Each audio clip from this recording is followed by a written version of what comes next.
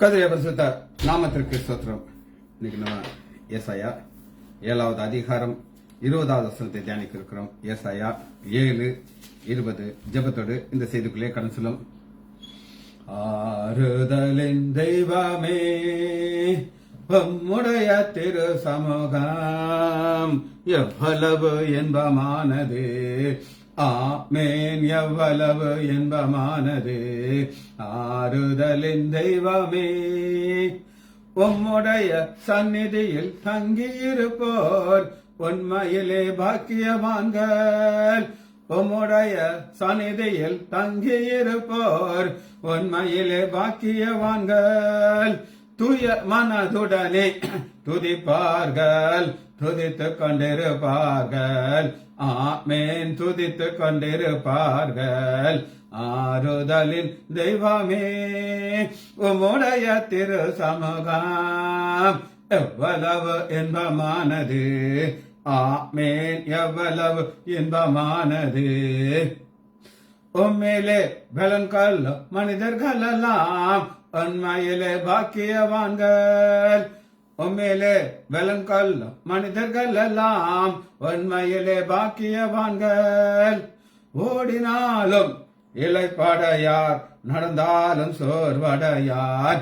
ஆமேன், நடந்தாலும் சோர்வடையார். ஆறுதலின் தெய்வமே, உம்முடைய திரு சமூகம் எவ்வளவு இன்பமானது. ஆமேன், எவ்வளவு இன்பமானது.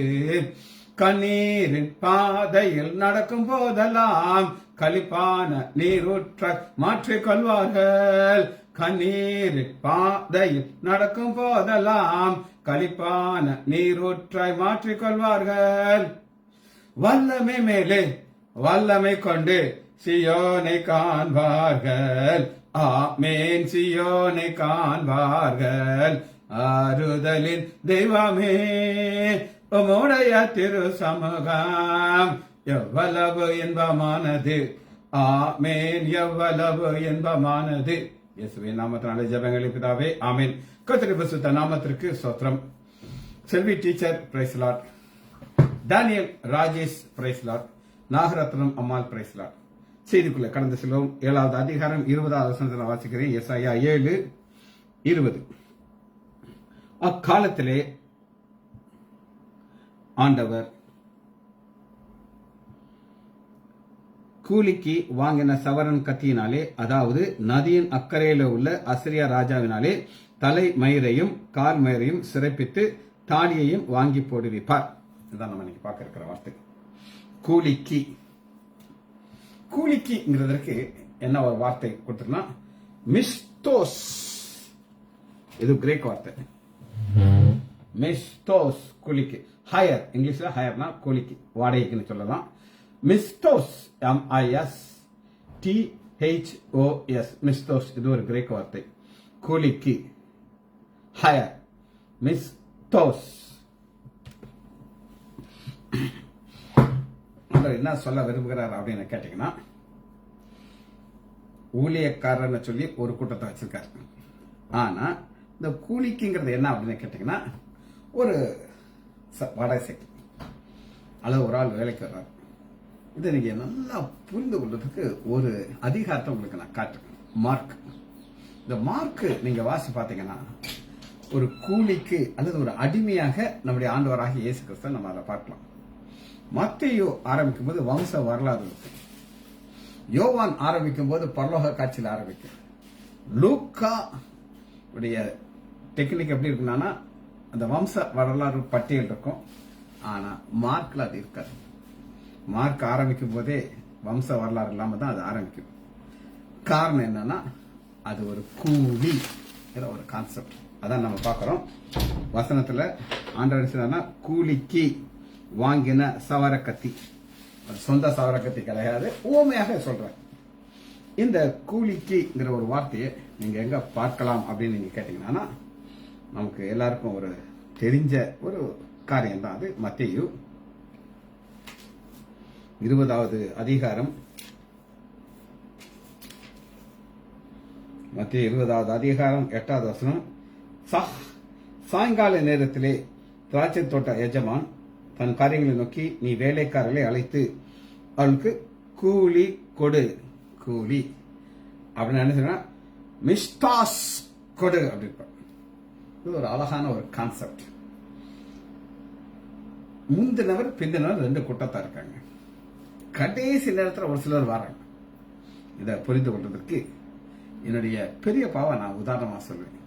எங்க அப்பாவுடைய அண்ணன் அவரை மாதிரி ஒரு கடினமான இருதயத்தை பார்க்க முடியாது. நான் ரட்சிக்கப்பட்ட உடனே என்னுடைய சாட்சியை ஒரு கேசட்டும் எங்க பெரியப்பாக்கு அனுப்பினேன். என் தம்பி சொன்னா அந்த ஆளுக்கு நீ அனுப்பியிருக்க, அவர் அங்கிருந்து தூக்கிடு எங்க நாரிலிருந்து எரிவாரு, அது மண்டையில வந்து விடும் அப்படின்னு சொன்னான். ஆனா அப்படி இறுதி நாட்களை குறித்து அவன் மக ஒரு சாட்சி சொன்னான். எங்க அப்பா பைபிளை வாசிச்சு வாசிச்சு வாசிச்சு இந்த பேப்பர்லாம் தனித்தனியா கலண்டுரும். நான் பார்த்து எங்க அப்பாவுக்கு இன்னொரு பைபிள் வாங்கி கொடுத்தேன். அப்படி 3 பைபிளை எங்க அப்பா வாசிச்சு அதை பிச்சு பிச்சு பேப்பராக்கிட்டாரு. இதான் பிந்தினோம். அப்ப எல்லாத்துக்கும் என்ன கிடைக்கும்? ஆண்டவர் கூலி கொடுப்பார். சரி, எல்லாத்தையும் அதிக கூலியை பார்க்கிறோம். சமமாக்கினாரே என்று முறுமுறுத்தார்கள். சரி, இது கூலிங்கிறது பார்க்கணும். லூக்கா 10வது அதிகாரம் 7வது வசனத்துல பாத்தீங்கன்னா வேலைக்காரன் மிஸ்தாஸுக்கு பாத்திரம் வாங்கணும். வேலைக்காரன் மிஸ்தாஸுக்கு பாத்திரம் அப்படிதான் ஆண்டவர் சொல்லியிருப்பார். ஏன்னா இது கிரேக்க வார்த்தை. யாக்கோபு இதை எப்படி அதை விளக்கிறார் அப்படின்னு கேட்டீங்கன்னா யாக்கோபு 5வது அதிகாரம் 4வது வசனம். யாக்கோபு 5:4 இதோ உங்கள் வயல்களிலே அறுத்த வேலைக்காரன் கூலி மிஸ்தாஷ் உங்களால் அநியாயமாக பிடிக்கப்பட்டு கூக்குரல் அது கர்த்தருடைய செவிக்கு ஏறுகிறது. மிஸ்தாஷ். இன்னொரு வார்த்தையும் பாருங்க, அதுக்கு பேர் என்ன? மிஸ்தோ. எழுதல, எழுதி காட்டுறது. மிஸ்தோ.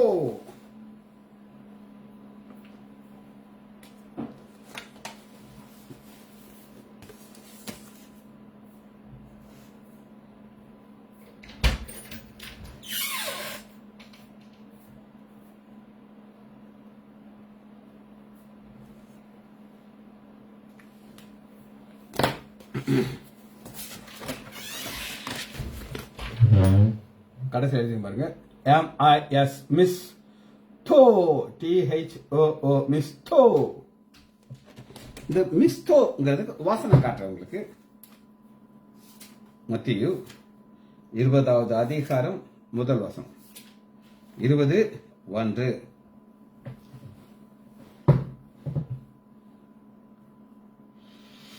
பரலோக வீட்டு எஜமானாய் ஒரு மனுஷன் ஒப்பார். அவன் தன் திராட்சை தோட்டத்துக்கு வேலைகளை அனுப்பி அதிகாலை புறப்பட்டான்.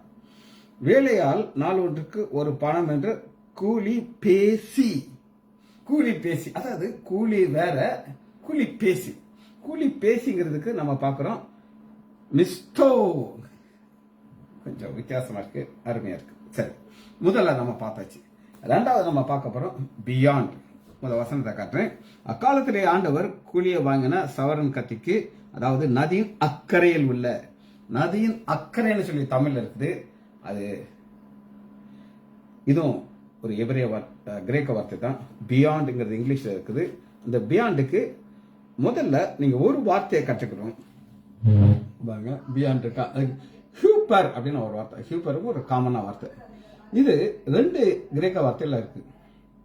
ஒன்னு இப்பிகினியா, எபிகினியா, EPEKEINA, எபிகெனியா. எப்பினாலே அப்பான், ஹைப்பர். எப்பிங்கிறதுக்கு அப்பான். 2வது ஒரு வார்த்தை பார்க்கிறோம் பெரான், PERAN, பெரான். சரி, 2 காரியத்தை நம்ம பார்க்கிறோம். பியாண்ட். சூப்பர்னா ஓவர். இப்ப ஒரு பில்டிங் இருக்குது, புக்ஸ் வச்சிருக்கிறோம், அது பேர் ஒன்று வச்சா அது பேர் சூப்பர். பியாண்ட். இந்த சூப்பர் பியாண்டுங்கிறதுக்கு அதை முதல் நம்ம ஒரு வார்த்தையில கற்றுக்கொள்வோம். எடுத்துக்கொள்ளமா? 2 கொரிந்தியர் 8வது அதிகாரம் 3வது. மேலும் அவர்கள் தங்கள் திராணிக்கு தக்கதான திராணிக்கு மிஞ்சியும், திராணிக்கு மிஞ்சி ஹியூப்பர். அப்ப இவருடைய வாழ்க்கையில பாவர்ட்டி கொடிய தளத்துல இருக்குது. அவங்களால எவ்வளவு கொடுக்க முடியுமோ அதுக்கு மேல கொடுக்குறாங்க. எங்க ஆலயத்துல பணத்தை வாங்கறதுக்கு ஒரு டெக்னிக் இருக்கு. கவர் கொடுத்துருவாங்க. அந்த கவரை அவங்க என்ன செய்வாங்க, கிறிஸ்துமஸ்க்கு ஒரு கவர், ஏழைகளுக்கு ஒரு கவர், இப்படியே கொடுத்துருந்தாங்க. புதுசா ஒரு அன்னை இன்னொரு டெக்னிக் கண்டுபிடிச்சிட்டார். அவரு நேற்று கிறிஸ்துமஸ் அப்ப வெளியில நின்றுக்கிட்டு அவங்களுடைய ஊழியத்தை காமிச்சு ஒரு கவரை கொடுக்கிறார். அவர் சொல்றாரு, எங்க ஊழியத்திற்கு நாங்க இப்படி செய்யறோம், இந்த கவர் நீங்க ரிட்டர்ன்ல நான் உங்கள்ட்ட இருந்து இந்த கவரை நான் உங்கள்ட்ட இருந்து வாங்கிக்கிறேன். இது கவர் கொடுத்து வாங்குறது கிடையாது, திராணிக்கு மிஞ்சி அவங்க இருந்தெடுத்து. உங்களுக்கு புரியுமா புரியலையான்னு தெரியல. சரி, தங்கள் திராணிக்கு மிஞ்சி. சரி, முதல்ல இந்த எப்பிகினியாங்கிறதுக்கு எப்பினா அப்பான், இதற்கு மேலே அப்படின்னு சொல்லுவேன். அப்பான்னா மேலே. வசனம் காட்டுறவங்களுக்கு வசனத்தை வாசிச்சா தான் இது அர்த்தம் உங்களுக்கு நச்சுன்னு புரியும். அப்போஸ்தலர் 7வது அதிகாரம் 43வது வசனம். அவங்க விக்கிரத்தை அவங்க மேல தூக்கிட்டு வராங்க. எபிகினியா அப்போஸ்தலர் 7:43. பணிந்து கொள்ளும்படி, இப்படி குப்புற உளுந்து இவங்க கீழே கிடக்குறாங்க. பணிந்து கொள்ளும்படிக்கு நீங்கள் உண்டாக்கின சிறுமகளாகிய மோலாக்கின் கூடாரத்தையும் உங்கள் தேவனாகிய ரம்பால் என்ற நட்சத்திரத்தையும் சுமந்தீர்களே. சுமந்திருக்கிறது அந்த சுமக்கிறது அது மேல இருக்குது. இந்த சுமந்திருக்கிறது தான் எபிகனியாங்கிற வார்த்தை.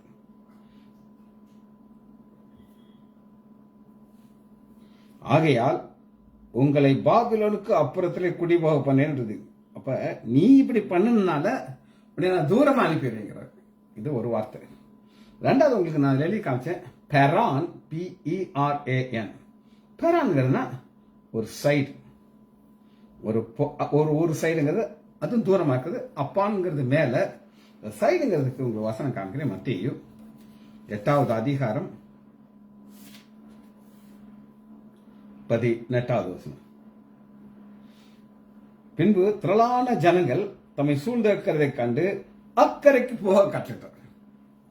அப்பான்ங்கிறதுக்கு எப்பி, பெரான் அதர் சைடு. அந்த அதர் சைடு தான் ரொம்ப கரெக்டா இதுல வருது. இந்த அதர் சைடை நான் உங்களுக்கு ஏசாயில காமிக்கிறேன். 7வது அதிகாரம் 20வது வசனம். நதியின் அக்கறையிலே கரெக்டா வருது. எனக்கு இதெல்லாம் வாசிச்சு இதை எழுதி அதை புரிஞ்சுட்டு அந்த அக்கறைங்கிற வார்த்தை இதுல கரெக்டா வருது. அதாவது கிரேக்க வார்த்தையில பெர்ஃபெக்டா வருது. சரி, அடுத்து ஒரு வார்த்தையை பார்க்க போயிடும். நதிக்கு அப்புறம் நதிங்கிறதுக்கு இங்கிலீஷ்ல ரிவர். இது 2 வகையான வார்த்தைகளை சொல்றாங்க. 2 நான் எழுதி வச்சிருக்கேன், நீங்க அதை பார்த்துக்கணும். நதிங்கிறது ரிவர், RIVER. நெஹால்ங்கிற ஒரு வார்த்தை இருக்கு. நெஹால், NAHAL, நெஹால். இன்னொரு வார்த்தை வாடி. நம்ம தமிழ்ல ஒரு பெண்ணை வாடின்னு கூப்பிடுற மாதிரி இது வாடி. அது ஒரு வாடின்னு கூப்பிடக்கூடாது, ஆனா அந்த வாடிங்கிறது அதுக்கு சிமிலர் ஆகுதுன்னு. நெஹால், வாடி. சரி, ரெண்டும் நம்ம பார்க்க போறோம். ஃபர்ஸ்ட், இந்த நெஹால்ங்கிறது என்ன அப்படின்னா ஒரு பெரிய நதி. ஆதியாகமத்துல ஆண்டவர் உண்டு பண்ணும் போது இந்த நதியை பார்க்கணும். 2வது அதிகாரம் 10வது வசனம். தோட்டத்திற்கு தண்ணீர் பாயும்படி ஏதேனிலிருந்து ஒரு நதி ஓடி அது பிரிந்து 4 பெரிய ஆறுகளாக மாறிற்று. நதி ஆறுகளாக மாறும். அப்ப நம்ம பார்க்கிற ஒரு வாடிங்கிறதுக்கு ஒரு பெரிய, அப்புறம் வாடிங்கிறதுக்கு இன்னொரு வார்த்தை என்ன கொடுத்திருக்காங்கன்னா அதிகமாக தண்ணீர் போறது.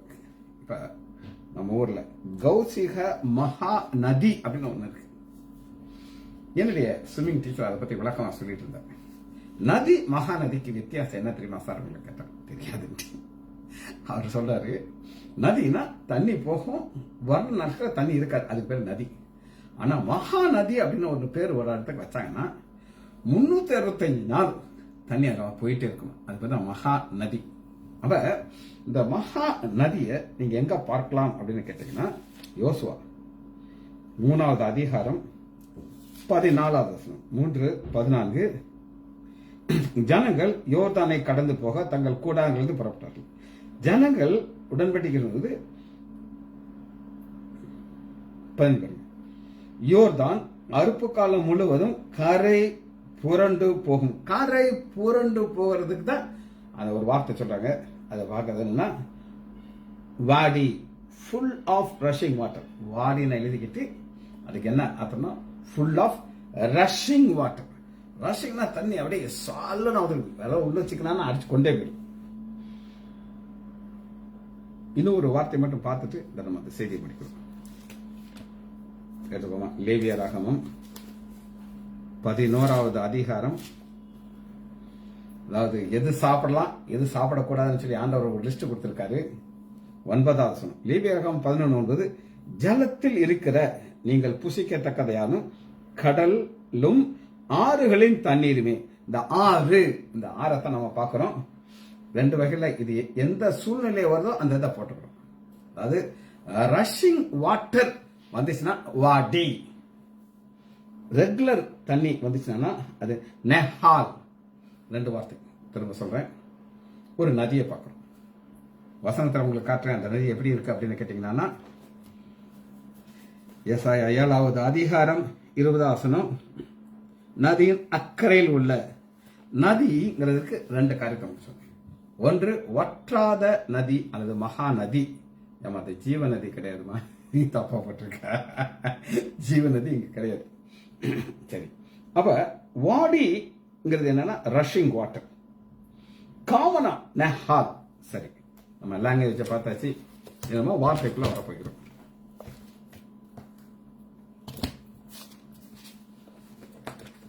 ஏசாயா 7வது அதிகாரம் 20வது வசனம்.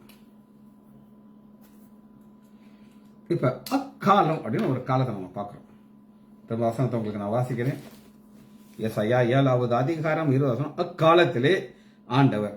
அக்காலம்ங்கிறது என்ன ஒரு காலம் அப்படின்னு கேட்டீங்கன்னா, ஆண்டவர் என்ன செய்யறாருன்னா இந்த இது இது ஏன் கொண்டு வராங்க அதனுடைய காரணத்தை பார்த்து நம்ம பார்த்துக்கணும். ஏசாயா ஏன் இந்த ஒரு சவரன் கத்திய வாடகைக்கு ஒருத்தனை வாங்கி கொண்டு வர்றாரு அப்படின்னு கேட்டீங்கன்னா, அதுக்கு காரணம் என்னன்னா, ஏசாயா 10வது அதிகாரம் 6வது வசனம், அவ பக்தியான ஜனங்களுக்கு விரோதமாக நான் அவனை அனுப்பி. அவ பக்தி என் கோபத்தின் கோலாகிய ஆசிரியனுக்கு ஐயோ, அவன் என் கையில் இருக்கிற என் சினத்தின் தந்தாயுதம். கோபம் வந்துச்சுன்னா ஆசிரியனை கூப்பிடுவார், அவன் செஞ்சுட்டு போயிட்டே இருப்பான். 10:6 அவபக்தியான ஜனங்களுக்கு விரோதமாக நான் அவனை அனுப்பி எனக்கு கோபம் உண்டாக்குன ஜனத்தை கொள்ளையாடவும் சூறையாடவும் அதை வீதியிலே சேற்றை போல மிதித்து அவனுக்கு கட்டளையிட்டு. ஆண்டவருடைய கோபத்தை நான் மத்தியில நம்ம வாசிக்கும் போது ஆண்டவராக இயேசு பேசுறேன், இவர் என்னுடைய நேசகுமார். இந்த நேசகுமார்னு சொல்லிதான் ஆண்டவர் நம்ம பார்க்கணும். அவபக்தியான மனிதர்கள் போல நம்ம வாழக்கூடாது. சரி, இத எங்க இது நடந்துச்சு அப்படின்னு கேட்டீங்கன்னா, 2 ராஜாக்கள்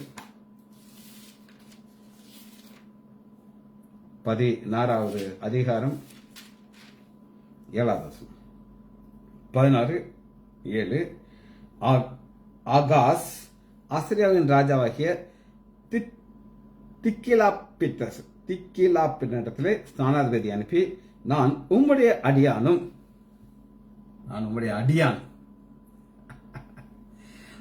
ஆண்டவருக்கு தான் நம்ம அடிமைகள் லெவல்ல இருக்கிறோம். நேச பிள்ளைகளா இருக்கலாம், ஒரு வளர்ச்சி அடையாத பிள்ளைகளா இருக்கலாம். இந்த லெவல்ல எப்படினா இருந்துக்கலாம். உம்முடைய குமாரனுமா இருக்கிறேன், நீர் வந்து எனக்கு விரோதமாக எழுப்பின சீரிய ராஜாவின் கைக்கும் இஸ்ரேல் ராஜா கைக்கும் என்னை நீக்கல. 2 ராஜாவும் இவங்களை அப்படி நெருங்கிட்டு வராங்க. அதான் சொல்றாரு, ஒரு கொல்லிக்கட்டை 2 பக்கம் தீ வந்துகிட்டே இருக்குது, நான் நடுவில் இருக்கிறேன், என்ன ஹெல்ப் பண்ணுகிறேன். அதற்கு இவன் செய்யறது என்னன்னா, கர்த்தருடைய ஆலயத்திலும் ராஜாவின் அரண்மனை பொக்கிஷம் வந்து வெள்ளி பொன்னை எடுத்து அசை ராஜாக்கு அனுப்புறான். அசிரிய ராஜா அவனுக்கு செவி கொடுத்து தமஸ்கு போய் அதை பிடித்து அதன் குழிகளை சரிப்படுத்தி ரெச்சனை கொன்று போட்டான். இந்த ரெச்சனை நம்ம ஏற்கனவே பார்த்திருக்கோம். ரெச்சன்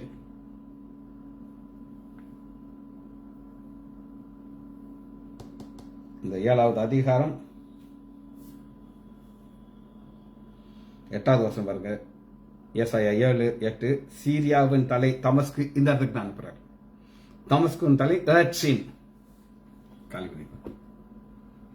பாருங்க, ஆண்டவர் கரம் எப்படி அமர்ந்திருக்குது அப்படின்னு கேட்டீங்கன்னா, தான் நினைத்த காரியம் நடக்கும். அதை யாரும் அந்த தடை முடியாது.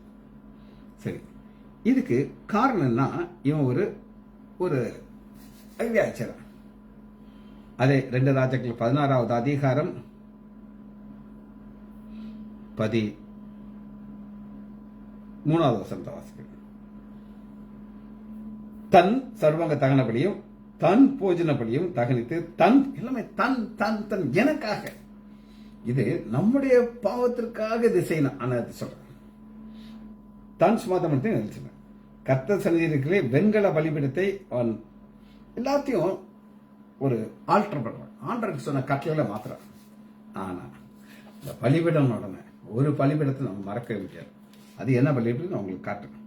எபிரேயர் 13வது அதிகாரம் 10வது வசனம். நமக்கு ஒரு பலிபீடம் உண்டு. அந்த பலிபீடத்துல நம்முடைய ஆண்டவராக இயேசு கிறிஸ்து பலியாகிறார். அந்த பலியாகி நம்மளை பரலோகம் கொண்டு போய்கிறார். இந்த பலிபீடம், சிலுவை இதெல்லாம் உலக தோற்றத்துக்கு முன்னாடியே ஆண்டவர் பிக்ஸ் பண்ணிட்டார். சரி, இதுல இன்னொரு ஆஸ்பெக்ட் நம்ம பார்க்க போறோம். 2 நாளாகமம் 28வது அதிகாரம்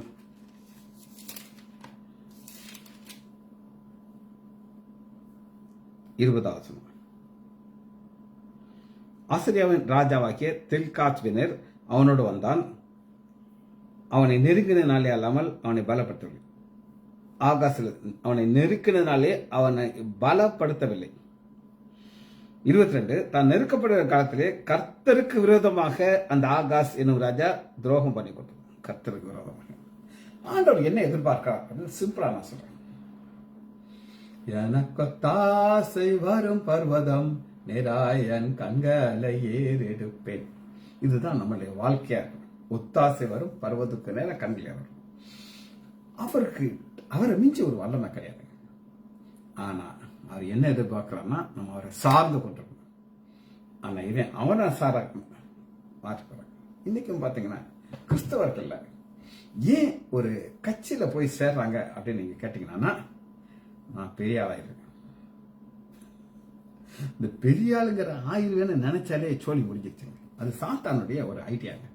நான் வடபுறத்தில் ஏறுவேன், தேவனுக்கு ஒப்பாக மாறுவேன். இதெல்லாமே நம்ம எவ்வளவு நம்மளை வெறுத்து தாழ்மையா இருக்கிறோமோ அதை ஆண்டவர் பார்க்கிறோம். சரி, அது ஒரு பக்கம் இருக்கட்டும். 23வது 2 நாளாகமம் 28, 23 எப்படி என்றால் ஆண்டவர் விளக்கம். துரோகம் பண்றதா என்ன அர்த்தம்னா, சீரியா ராஜாக்களின் தெய்வங்கள் அவர்களுக்கு துணை செய்கிறபடினாலே அவர்கள் எனக்கும் துணை செய்யும் என்று அவர்களுக்கு பலியிடுவேன் என்று சொல்லி தான் முறியடித்து வந்த தமஸ்கு தெய்வங்களை அவன் பலி முறியடித்து வந்த தமஸ்கு தெய்வத்தை வரும்போது, ஆனால் அது அவனும் இஸ்ரேல் ஜனத்துக்கு நாசமாக ஏதோ வச்சு நாசமாக. நம்ம வாழ்க்கையில நாசம்ங்கிறது எப்ப வரும் அப்படின்னு கேட்டீங்கன்னா, விக்கிரகத்தை பேச நான் பார்த்தவர் என்னுடைய அனுபவத்துல சொல்றேன். ஆண்டவருக்கு பிடிக்காத பிடிக்காத பிடிக்காத காரியம் விக்கிரகம்.